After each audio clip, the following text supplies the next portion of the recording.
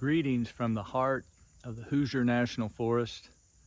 Behind me is the latest THORparts build. I'm going to do a quick walk around and show you what we got. This is a 2006 Hummer H3. It has the luxury and adventure packs. Automatic, 3.5 liter, no sunroof, which is a little bit odd. It's got 155,000 miles and it's from California, and it is like new underneath, absolutely like new. The cleanest one I've ever done. Also the oldest one I've ever done, and probably the highest mileage one I've ever done. So kind of ironic to have all those things in the same truck, but she's a clean one.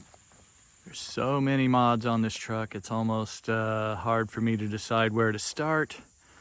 But we are going to start up front. Obviously we have a THORparts front bumper with a Smitty-built winch. It's a 10,000. It uses a factory brush guard. This also has a flip-up license plate mount, which is pretty cool because California requires a front license plate.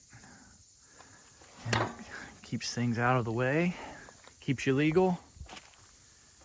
On the rear of the truck, we actually have a Jeep JL bumper that has been highly modified to bolt up to the Hummer. I no longer make the H3 rear bumpers. I just cannot make them here in the United States for any kind of reasonable cost. You know, to compete with bumpers like this. This was $289 off of eBay, including the LED lights and the shackles, powder coated, made in China. It's just impossible for me to come up with anything even close to that price. So I thought, well, I'll take one of these and I'll cut it apart and see if I can get it to fit. And I did. So this bumper originally came with a 2-inch receiver that was actually welded into the bumper. And I had to make the decision on whether or not to try and bolt that bumper on as is, or just cut all of the beef out of it and bolt it on like a cover, which is similar to what the H3 has. So I decided to go that route and keep the H3 tow bar factory rated and everything, and then this bumper just bolts on like the original. I did have to make a plastic filler panel to go right in this area here because the bumper was too short front to rear, and I had a big gap right there, so I just filled that in with a little piece of trim plastic. Overall, it's a pretty nice setup. It was a lot of work. I'm not so sure it was really worth the effort to do this on any kind of production level, but just for those people out there interested in a rear bumper, it can be done. This is from a 2018 to 2020 Jeep JL. Another mod that we did here was due to the offset on the wheel and the height, the diameter of the larger tires. We modded the stock spare tire bracket to raise the tire up and tuck it in closer to the truck. That allowed for the clearance down here also. And then that also, the bumper required a plate relocation bracket, which is underneath here to hide the license plate number. But that's another Jeep item that you can buy and then modify it to fit the Hummer bolt pattern. And it has a LED light wired up to it so that the license plate is lit, which is required in most states. Okay, mods on the inside of the truck. We added a switch panel right here in the console. And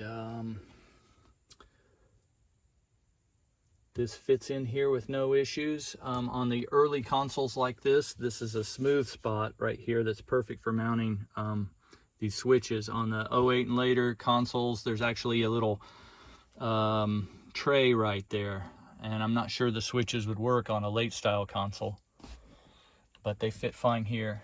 And we have one of these pre-wired for the LED lights on the rear bumper, and then another switch is wired for the front locker. We'll get to that here in just a minute. This truck had a worn out shifter that allowed me to pull it out of park at any time, whether it was running or not. And I think that ultimately led to some problems with the pass lock module, which is inside here, both of which I replaced because we were getting the no start issue that pass lock creates on Hummer H3s. And this is a no sunroof truck, which is very interesting. Don't run across those too often. And one more thing that isn't quite obvious is this truck has been converted to a two-wheel drive in this mode right here. So instead of saying 4, that should say 2, because now the way this truck is set up, we took the transfer case apart and rebuilt it. And when we were in there, we went ahead and converted it to two-wheel drive mode so that you have 4 high, 4 low, and then now you have two-wheel drive, which is the rear axle only. This allows you to shut off the front drive line completely when using the worn lockouts. So you can disconnect these here, push that button up there that used to be the 4-wheel drive street mode, and that will essentially shut off the entire front drive line, which is something that's really been missing on stock Hummers.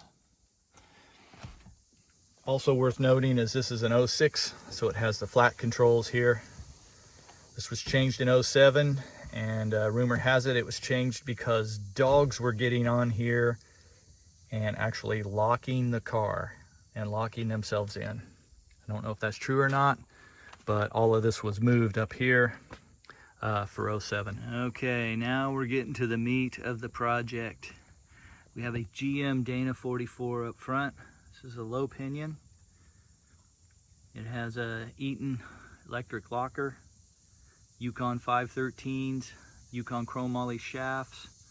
It's all been rebuilt. This is a 3-link, separate coils and shocks.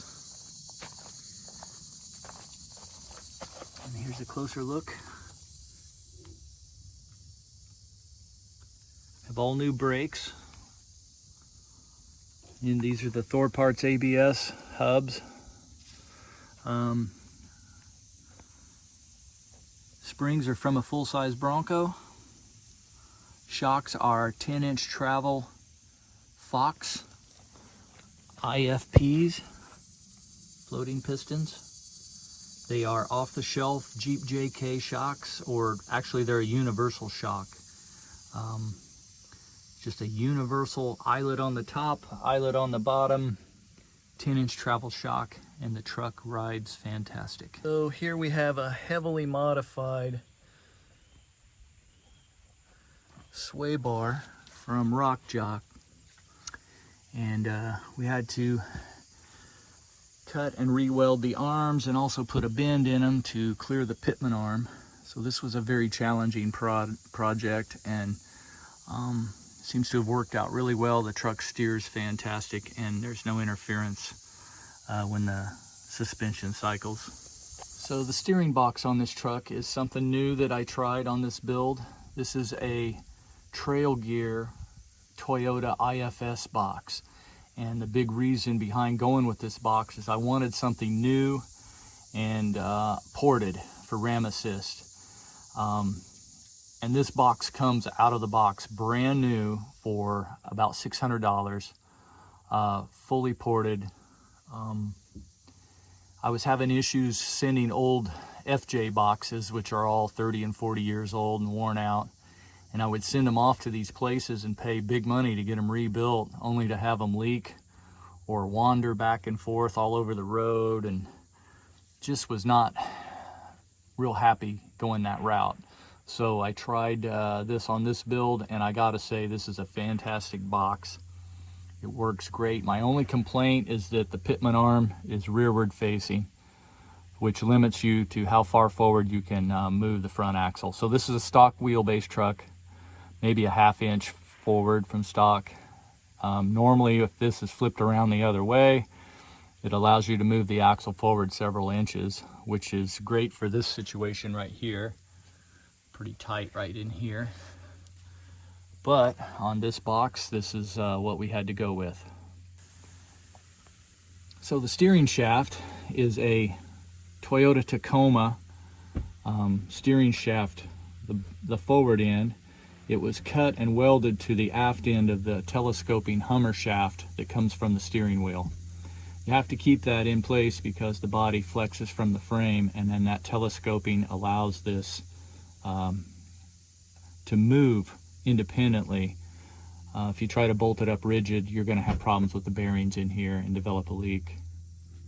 I've tried Borgenson and some other aftermarket clamps and U-joints, but I find the Toyota works the best of all of them, and it bolts right up to the splines on the box. Ram assist is also from Trail Gear. Sizes on this is a 40-inch Rock Jock bar. It is 1 inch in diameter, splined. It had 20-inch arms. I cut a bolt hole off the end. I put a dog leg weld in it, and I also bent them out, and I believe these are like the, I don't know, 12 to 14-inch links, something like that. Quite a bit of experimenting to get this all installed. And of course, this is the THORparts frame plates and combination shock towers, coil buckets that we do on typically all our builds. This gives you a nice, reasonable street expedition rig ride. It's not the flexiest in the world, but it can be if you want to make some adjustments and raise the truck up higher. So underneath we have a 3-link. So you have 6 creeper joints here. And then these are 1.5" by 250 wall DOM links. Adams Driveline out of Las Vegas provided the front drive shaft with the THORparts adapter on the transfer case. I'm currently working on a skid plate that's going to cover up this whole area right here. Getting that laser cut now, so it's not on the truck. So out back we have a stock 8.6 10 bolt that came in the truck originally with the factory electric locker. We put 513 gears in it. The new drive shaft from Patterson Driveline here in Indiana. Stock springs have been moved above the axle, and we installed Firestone airbags and Daystar cradles, which allow the airbags to essentially disconnect from the springs at full droop. And then the air lines for the airbags are routed independently back here where they can be filled separately, right to left, which is nice if you're trying to equalize the load. This is an expedition truck. There's a roof rack that goes on top, and it's quite normal to have all your camping gear, toys, coolers, dogs, kids, wife, all jammed in here and cruising down the road. And the airbags really help you to set up your truck for that type of off-road expedition stuff where you're a heavyweight essentially. That's also a reason we go with coils and shocks in the front instead of coilovers. Coilovers are great for articulation, but they're awfully finicky to changes in vehicle weight. Tires are 37 by 1250s, 17-inch rims, BFGs, all-terrains. This is a California truck, so it's a bit out of place here with these tires. We don't run these tires here in the Midwest. We prefer something a little muddier. But he sees a lot of dry desert time, which is evidenced by the condition of the truck underneath. It's like brand new. It's never seen salt or snow. So this truck performs very well. I have a lot of time invested in tweaking and tuning and just general alignment and making sure that we have everything we need to make a really great truck. It has all new brakes on it, all new driveline. Cruises down the highway at 70 mile an hour at 2400 RPM. Steers and brakes better than stock. Really a great steering truck. Of all the builds I've done, this was probably the nicest performing one that I've done so far. And the only thing I have left to do is I'm going to pull the computer chip out of it and send it to PCM of North Carolina for a shift point tune and speedometer correction. It's not that far off on the speedometer, but I think the shift points would definitely help the performance of the little 3.5 liter in a 6,000 pound rig. It's definitely underpowered, and maybe they can take care of some of that. So anyway, if you got any questions on this build or any of my other builds, you can check out some of my other videos and check out my YouTube channel. I do a little walkthrough like this on all of the trucks I build, and you might find it informative. And if you want to get yours done here, or if you want help doing yours yourself, look me up. Later.